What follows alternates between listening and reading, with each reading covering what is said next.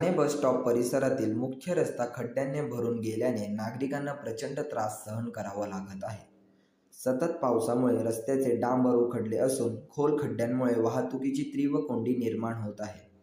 पदचारी आणि दुचाकींसाठी आणि बस वाहन चालकांसाठी हा मार्ग धोकादायक ठरत असून अपघाताची शक्यता वाढलेली आहे.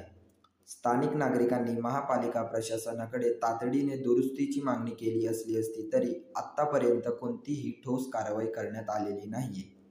या परिस्थितीचा आढावा आमचे प्रतिनिधी गौरव गागडे यांनी घेतलेला आहे.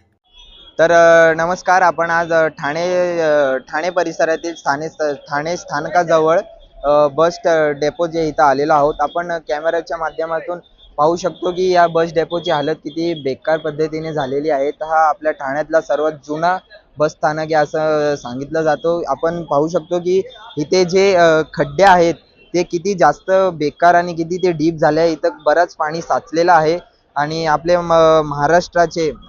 महाराष्ट्राचे परिवहन मंत्रीचे अध्यक्ष प्रताप सर नाईक ते सुद्धा आपल्या ठाणे शहरातलेच आहेत. कुठेतरी आपण ठाण्याला एक ड्रीम सिटी म्हणून बोलला जातो, पण याच्यात दुसऱ्या बाजूला आपण पाहायला गेलो तर या बस डेपोची एक हालत एकदमच बेकार झालेली आहे. याची दुरुस्ती लवकरात लवकर करण्यात यावी.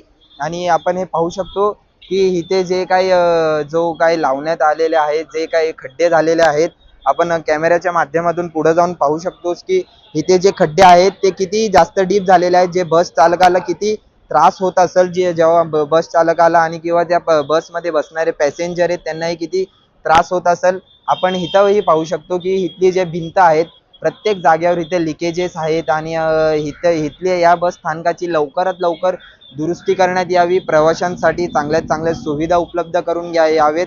आणि आपण पाहायला गेलो तर हा ठाण्याचा सर्वात जुना बस डेपो असं सांगितलं जातो, पण या बस डेपोची हालत अत्यंत खूपच भयानक झालेली आहे. तिथं कुठली दुर्दैव घटना घडण्याच्या आधी याची दुरुस्ती करण्यात यावी.